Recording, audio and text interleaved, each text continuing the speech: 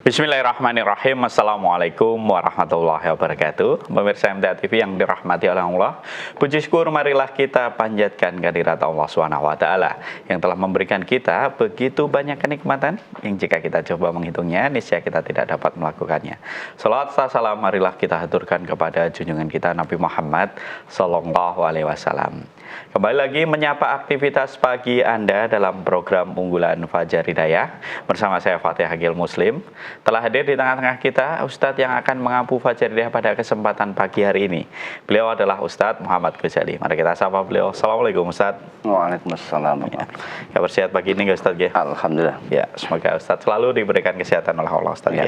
Ya. Untuk pelajaran kita pagi ini Ustadz, kita membahas tema tentang apa Ustadz ya? Tentang benteng iman. Ya, benteng iman pemirsa. Baik pemirsa MTA TV yang dirahmati oleh Allah, kami mengundang Anda sekalian untuk bergabung bersama kami melalui line telepon di 02716793000 atau Anda dapat mengirimkan pertanyaan tertulis Anda melalui line SMS atau WA di 08112553000. Namun sebelumnya siapkan catatan dan mushaf Anda. Mari kita simak tausiah dari Ustadz Muhammad Ghazali. Silakan Ustadz. Ya. Bismillahirrahmanirrahim. Assalamualaikum warahmatullahi wabarakatuh. Alhamdulillah alladzi arsala rasulahu bil huda wa dinil haq liyudhhirahu 'ala dini kullih wa kafa billahi syahida. Asyhadu an la ilaha illallah wahdahu la syarikalah wa asyhadu anna Muhammadan abduhu wa rasuluh. Allahumma salli wa sallim wa barik ala Muhammad wa ala alihi wa sahbihi ajmain. Qala Allah Ta'ala fi kitabihil karim, a'udzu billahi minasyaitonir rajim. Ya ayyuhalladzina amanu taqullaha haqqa tuqatih wa la tamutunna illa wa antum muslimun. Wa qala Rasulullah sallallahu alaihi wasallam, ittaqillaha haitsu ma kunta wa atbi'is sayyi'atal hasanata tamhuha wa khaliqin nas bi khuluqin hasanin. Para pemirsa dan juga para pendengar radio rahimakumullah, marilah pada kesempatan pagi hari ini kita bersama-sama memahami dan menyadari akan betapa banyaknya nikmat yang telah diberikan oleh Allah kepada kita semuanya. Nikmat yang tidak terhitung jumlahnya dan nilainya. Semuanya adalah datang dari Allah. Kita sebagai hamba Allah yang telah diberikan nikmat sedemikian banyak tadi, tidak ada cara yang lain kecuali harus selalu dan selalu bersyukur kepada Allah, memanfaatkan, menggunakan kenikmatan tersebut, digunakan pada jalan-jalan yang dibenarkan oleh Allah, jalan-jalan yang telah ditentukan oleh Allah. Hakikatnya syukur yang kita lakukan itu manfaatnya kembali kepada diri kita masing-masing. Wa may yashkur fa innama yashkuru li nafsih. Barang siapa yang bersyukur, kebaikan syukur kembali kepada dirinya sendiri. Dan sebaliknya kalau kita kufur, maka Allah juga tidak membutuhkan kesyukuran kita. Allah itu maha kaya, tidak membutuhkan dari makhluknya. Nah, kitalah orang-orang yang butuh kepada Allah. Selanjutnya, zaman semakin ke sini, kalau kita menyaksikan, kalau kita merasakan, itu bukannya semakin baik, tetapi semakin buruk. Kemudian Nabi kita juga pernah memprediksi apa yang akan terjadi di kemudian hari. Orang yang mempertahankan keimanan, orang yang mempertahankan keislaman itu akan menjadi orang-orang yang asing, orang-orang yang aneh, berbeda pada umumnya,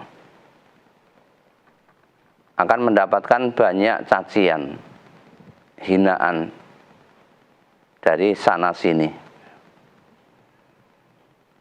Beliau bersabda, "Bada al-Islamu ghoriban." Islam itu bermula atau diawali dari keterasingan. Artinya orang banyak yang belum kenal tentang Islam karena rusaknya peradaban. Sesuatu yang baik ya dianggap nyeleneh, berbeda dari yang lain. Kemudian wasayaudu ghoriban, dan nanti juga akan kembali berakhir dalam keadaan asing. Kemudian Nabi melanjutkan sabdanya, "Fatuba lil ghuraba." Jangan khawatir, ya, jangan sedih. Orang-orang yang asing itulah nanti orang-orang yang berbahagia. Karena dia tetap berpegang pada nilai-nilai yang ada di dalam Al-Quran. Sementara orang-orang sudah banyak hanya memperturutkan kesenangan hawa nafsu. Nah, semakin ke sini banyak orang yang memperturutkan hawa nafsu atau mempertuhankan hawa nafsu. Ini kalau kita tidak bentengi dengan benteng iman, ya, maka kehidupan kita akan semakin rusak, semakin hancur. Ya. Maka diingatkan di surat Al-An'am ayat 116, ya. Wa in tuti aktsara man fil ardi yudilluka an sabilillah iyattabi'una illa dhanna wa inhum illa yakhrusun. Jika kamu mentaati atau mengikuti kebanyakan orang yang ada di muka bumi ini, mayoritas manusia, umumnya manusia, yudilluka an sabilillah, mereka nanti akan menyesatkan kamu dari jalan Allah, membelokkan dari jalan Allah. Padahal kita setiap hari berdoa kepada Allah untuk ditunjukkan jalan yang lurus. Ihdinas siratal mustaqim, itu kan minimal kita baca 17 kali. Belum ditambah dengan sholat-sholat sunnah. Jalan yang harus kita lalui ya harus jalan yang menuju kepada siratal mustaqim.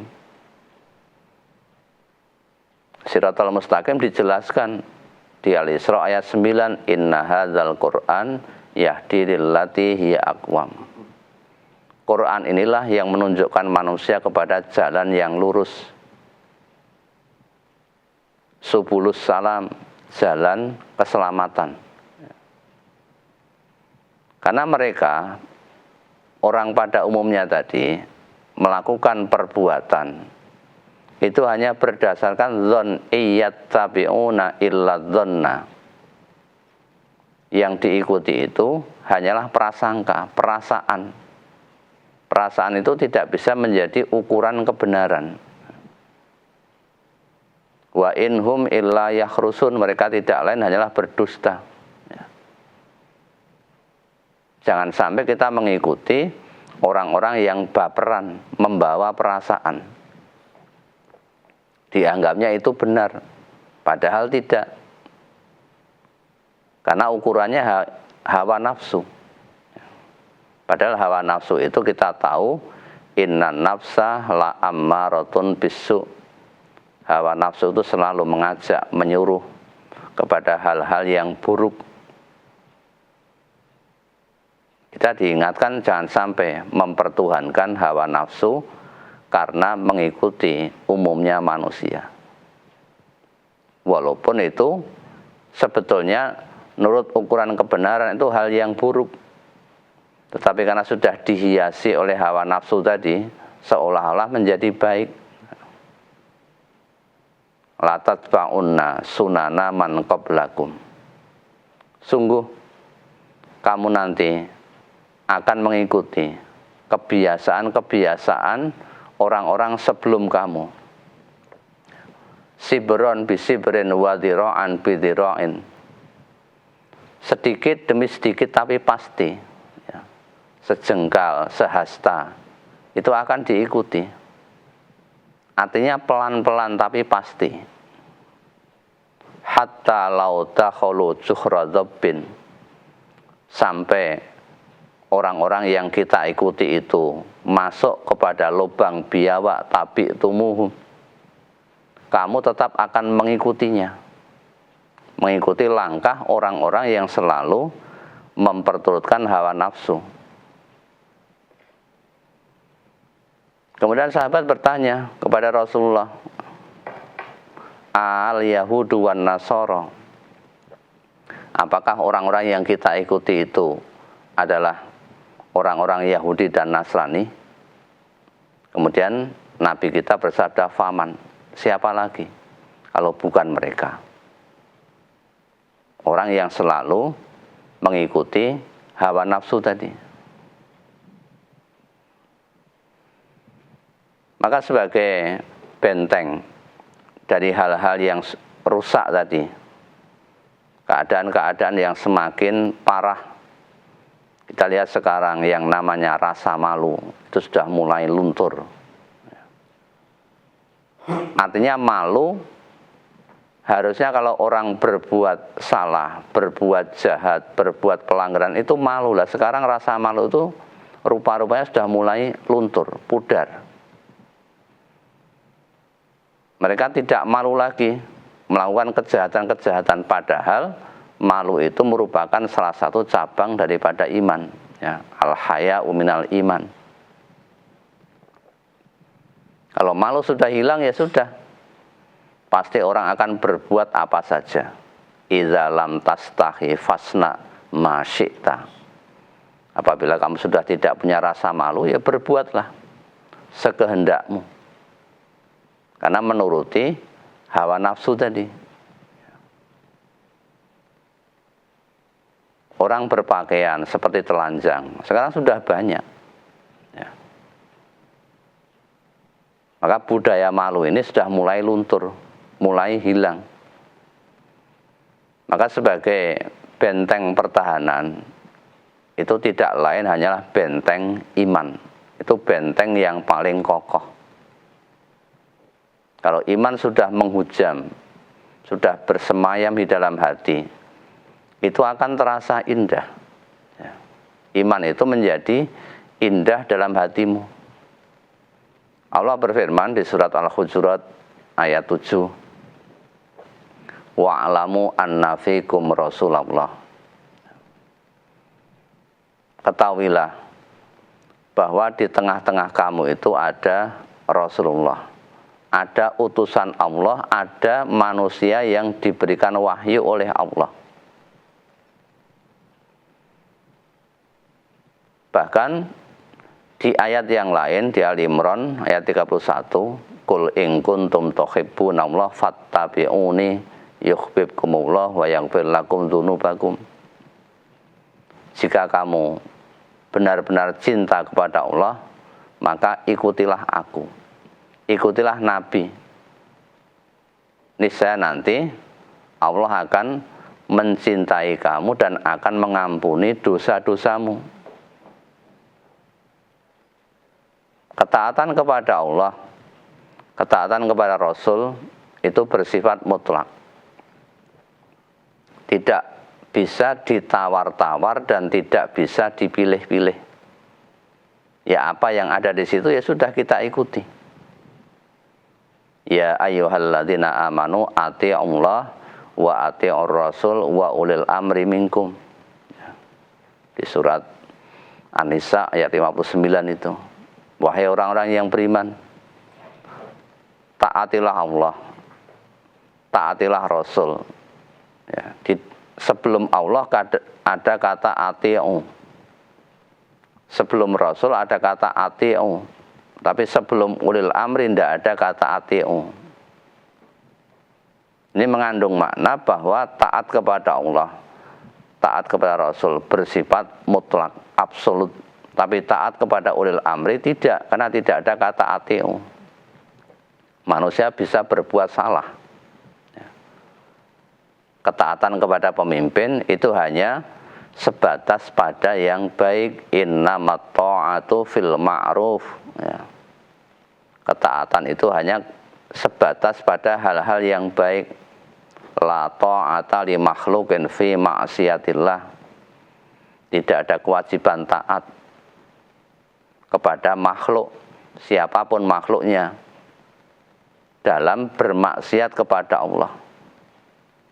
Fa'in umira bimaksiatin, jika diperintahkan untuk berbuat maksiat, la sam'a wa la ta'ah, tidak perlu didengar, tidak perlu ditaati. Maka kelanjutan ayat tadi, Al-Hujurat ayat 7, ya. Lau yuti'ukum fi katsiri minal amri la'anittum. Kalau kamu Muhammad ya, menuruti, kalau dia Muhammad menuruti kemauanmu dalam banyak urusan, ya. Nabi memenuhi permintaan sahabat yang neko-neko, padahal Nabi disuruh untuk menyampaikan wahyu. Maka kamu akan banyak mendapatkan kesulitan, mendapatkan kesusahan. Ya. Kemudian walakinnallah habbaba ilaikumul iman. Nah, di sini yang namanya benteng iman tadi. Akan tetapi Allah telah menjadikan kamu cinta kepada keimanan. Ya. Kita cinta kepada iman. Iman itu ada lebih dari 60 atau 70 cabang. Itu menjadi ada rasa cinta, dimulai dari cinta. Yang menumbuhkan siapa? Allah, karena kita dekat kepada Allah sehingga tumbuh benih-benih, bibit-bibit keimanan. Wa zayyanahu fi qulubikum, dan menjadikan iman itu indah di dalam hatimu. Ketika orang melakukan hal-hal yang baik, dia itu merasa senang. Hatinya menjadi tentram, bukan menjadi sesuatu yang terpaksa. Salat itu kita menjadi tenang. Artinya mengharap-harapkan kedatangan waktu salat. Karena dengan sholat hati kita menjadi tenang, menjadi tentram. Karena dekat dengan yang menenangkan hati.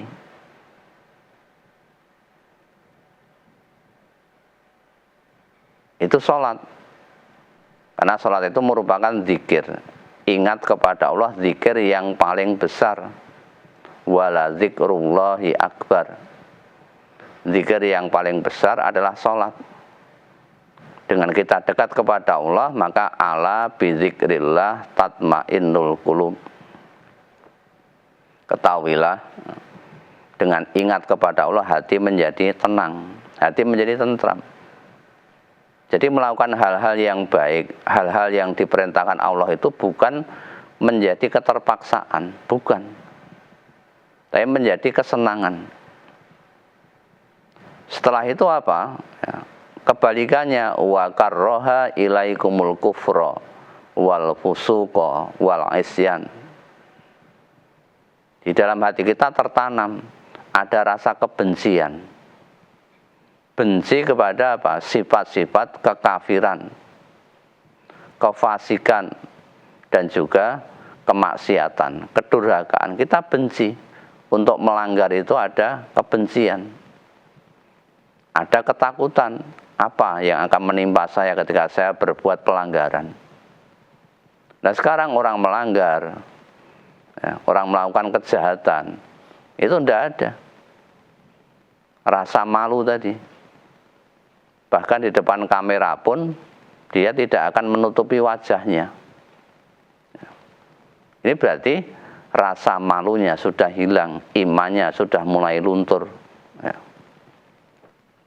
Lah orang-orang yang iman itu menjadi indah, benci kepada kekafiran, kefasikan, dan kedurhakaan, ditutup dengan ulaika humur rasyidun. Mereka itulah orang-orang yang mendapatkan irsyad, mendapatkan petunjuk untuk mengikuti jalan yang lurus. Ya. Jadi jalan yang dilalui dia sudah benar, bukan jalan yang salah, bukan jalan yang membawa kepada kehancuran.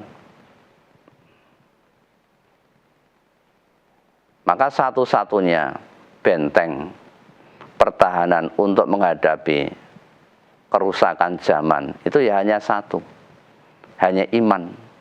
Ya. Kalau iman sudah bersemayam di dalam hati, maka pasti buahnya juga akan baik. Buah daripada iman itu wa amilus sholihat, dia akan mengerjakan perbuatan-perbuatan yang baik, amal-amal soleh. Ya. Itu sudah secara otomatis, tidak usah dipaksakan. Kalau iman sudah ada, dia akan benci kepada kekafiran. Jadi hati kita sudah ada rasa tersendiri. Oh, seperti itu salah. Itu sudah secara otomatis, tidak usah disuruh-suruh, tidak usah dipaksa. Dia sudah bisa membedakan. Ya. Kalau iman sudah ada di dalam hati, maka hatinya terdapat namanya al-furqan, pemilah, pemisah antara yang baik dan yang buruk. Ya. Karena kita beriman dan bertakwa, ya ja'alakum furqanan. Di dalam hati kita ada furqan tadi, bisa membedakan, bisa memilah dan memilih, dan bisa menentukan mana yang harus saya laksanakan dan mana yang harus saya tinggalkan. Saya kira itu yang bisa kita sampaikan sebagai paparan awal pada kesempatan pagi hari ini. Ya, terima kasih Ustaz. Baik pemirsa MTA TV yang dirahmati oleh Allah, kami mengundang Anda sekalian untuk bergabung bersama kami melalui line telepon di 02716693000 atau Anda dapat mengirimkan pertanyaan tertulis Anda melalui line SMS atau WA di 08112553000. Namun sebelumnya kita simak informasi yang berikut ini.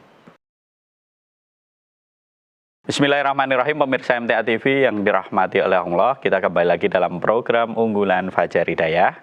Pagi ini bersama dengan Ustadz Muhammad Ghazali. Kami mengundang pemirsa sekalian untuk bergabung bersama kami melalui line telepon di 02716793000 atau Anda dapat melakukan panggilan WA di 08112553000. Untuk kesempatan pertama, kita ke pertanyaan tertulis, tapi sepertinya ada pemirsa yang terhubung. Kita sapa dulu. Halo, assalamualaikum. Waalaikumsalam warahmatullahi wabarakatuh. Ya, dari siapa di mana?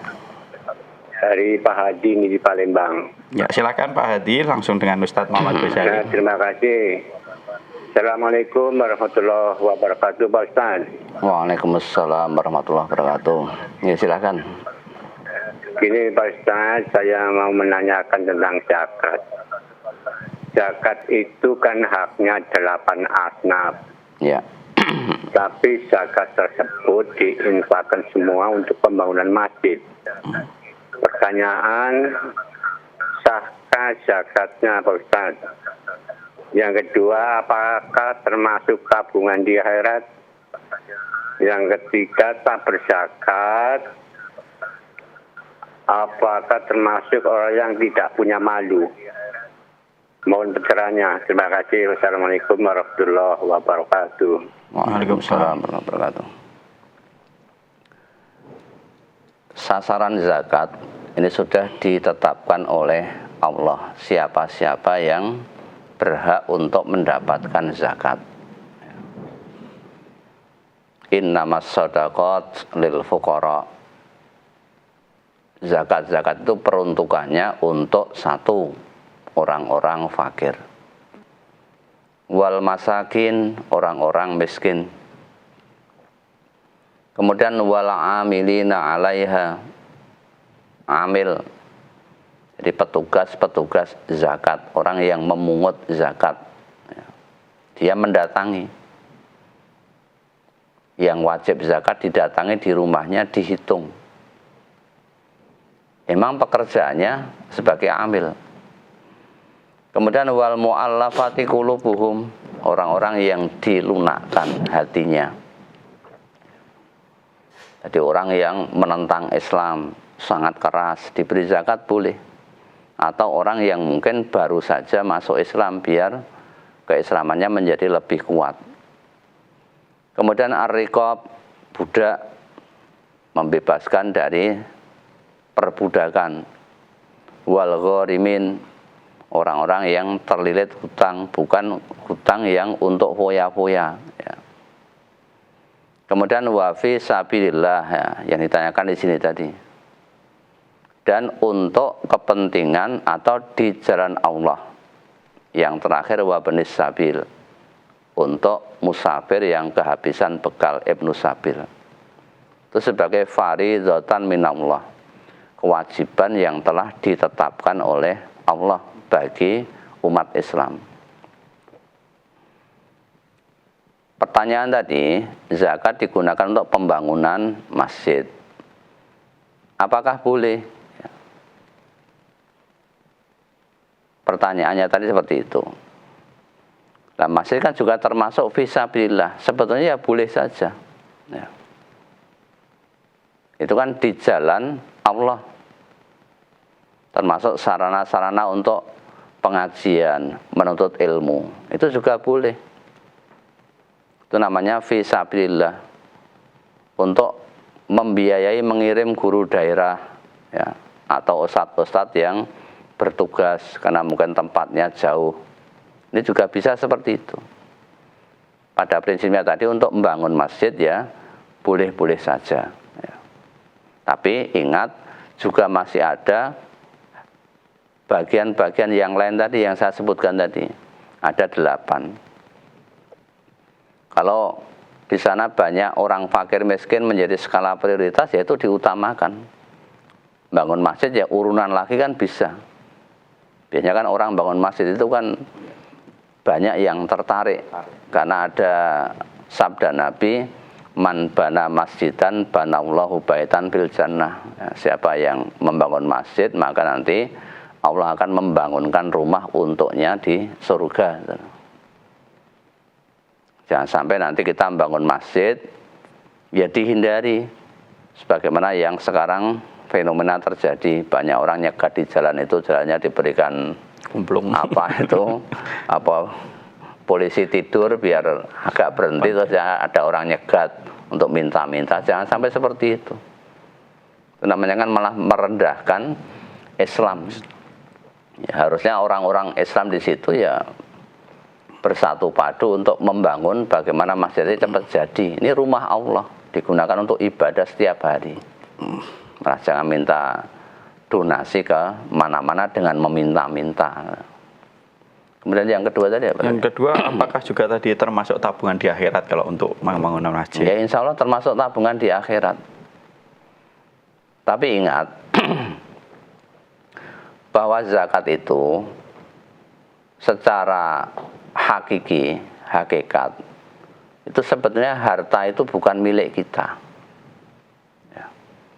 Bukan milik kita, itu miliknya 8 golongan tadi. Jangan sampai ketika kita mengeluarkan zakat seolah-olah kita merasa berjasa. Nah itu loh.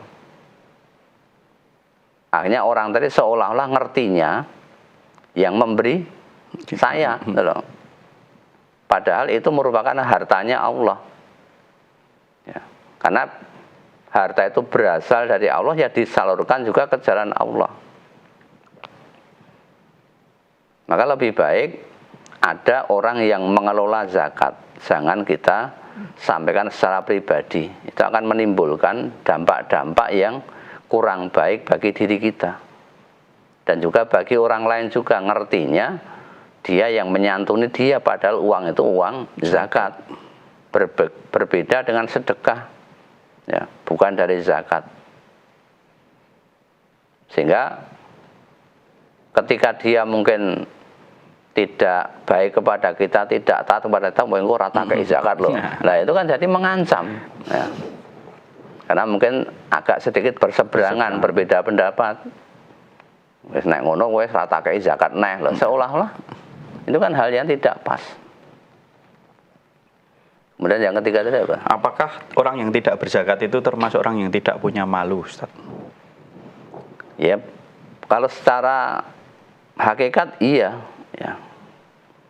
Karena dia sudah diberikan sekian banyak harta oleh Allah, ya. Berasal dari Allah, diminta oleh Allah untuk mengeluarkan sebagiannya. Zakat penghasilan misalnya 2,5%, itu dia bakhil. Jadi dia tidak punya rasa malu, ya, tidak punya rasa malu terhadap Allah.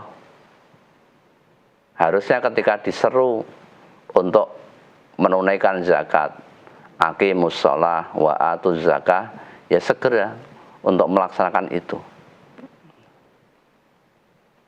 Bisa juga tadi tidak punya rasa malu kepada Allah yang telah memberikan nikmat sekian banyak tadi. Akhirnya dia bakhil, harusnya malu kepada Allah. Kalau dia tidak mengeluarkan, ya tidak punya rasa malu tadi, ya betul. Ya, lanjut. Ya, terima kasih Ustaz. Baik pemirsa MTA TV yang dirahmati oleh Allah, kami masih mengundang pemirsa sekalian untuk bergabung bersama kami melalui line telepon di 02716793000 atau Anda dapat melakukan panggilan WA di 08112553000. Kita ke pertanyaan tertulis nggih Ustaz ya? Ya, dari Sukabumi Ustaz. Apakah boleh menonton konser musik yang penyanyinya laki-laki semua Ustadz? Misalnya di grup girl band, boy band K-pop Ustadz. Lagunya tidak mengandung yang bertentangan dengan agama. Dengan catatan, sholat tetap terjaga Ustadz dan tidak berdesakan dengan lawan jenis. Mohon tausiahnya. Ya. Ini yang bertanya tidak mungkin orang yang sepuh. Yeah. Ini dari kalangan anak-anak muda, ya, anak-anak yang sekarang generasi alpha namanya, ya. Gen Z, dulu kan Gen Z, sekarang berubah menjadi generasi alpha, ya, atau Gen Z lah. Sebetulnya yang namanya pertunjukan, konser, itu kan hukumnya kan mubah aslinya. Ya mubah itu ya boleh, ya. Tetapi perlu diingat ketika tadi ada konser, kita harus melihat dampak-dampak negatif. Itu harus lebih diutamakan.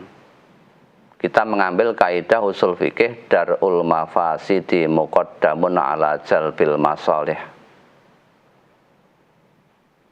Menolak atau mencegah kerusakan, kejahatan itu lebih didahulukan, muqaddam, daripada mengambil manfaat. Lah manfaatnya apa?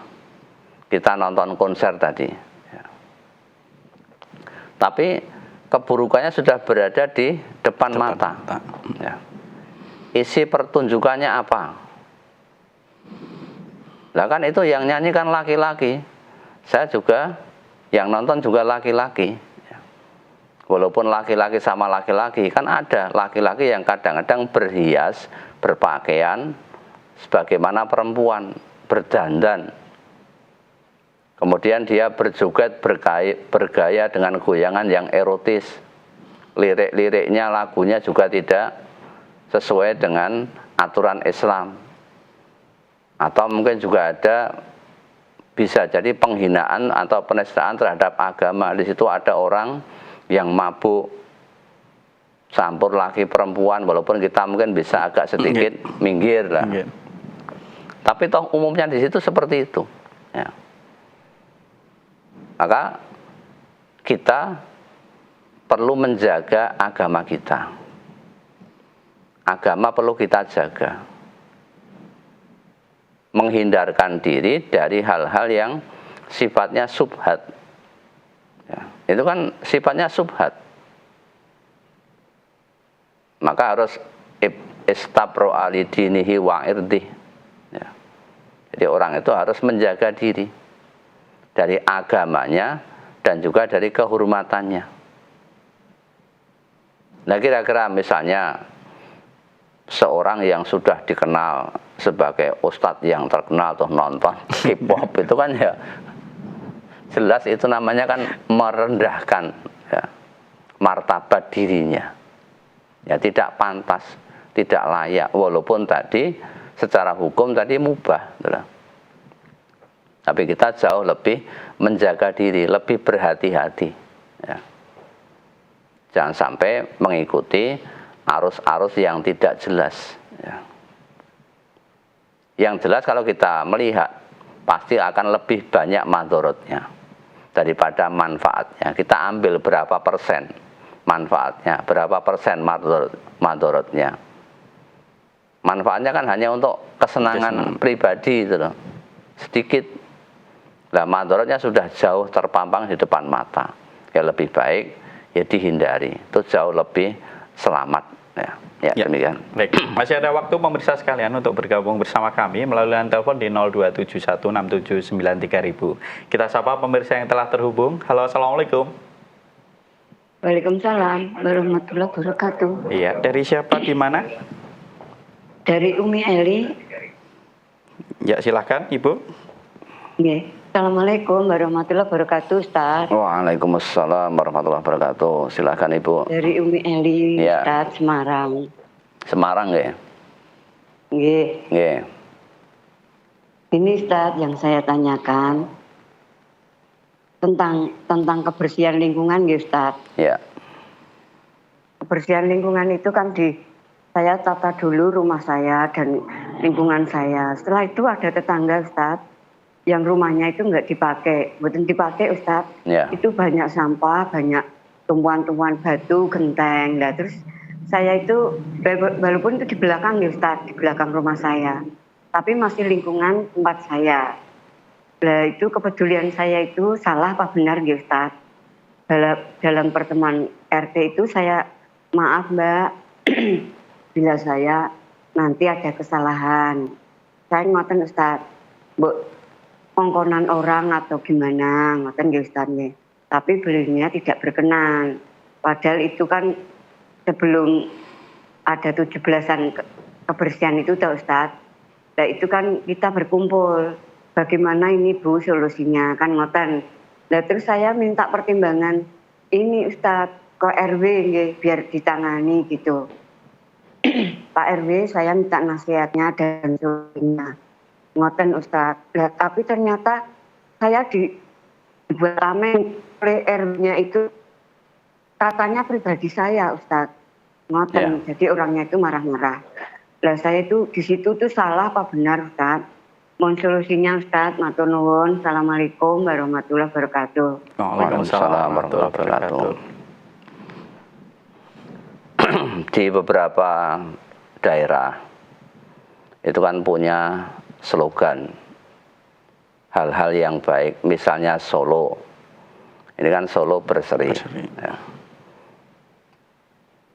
Bersih itu akan berdampak kepada kesehatan.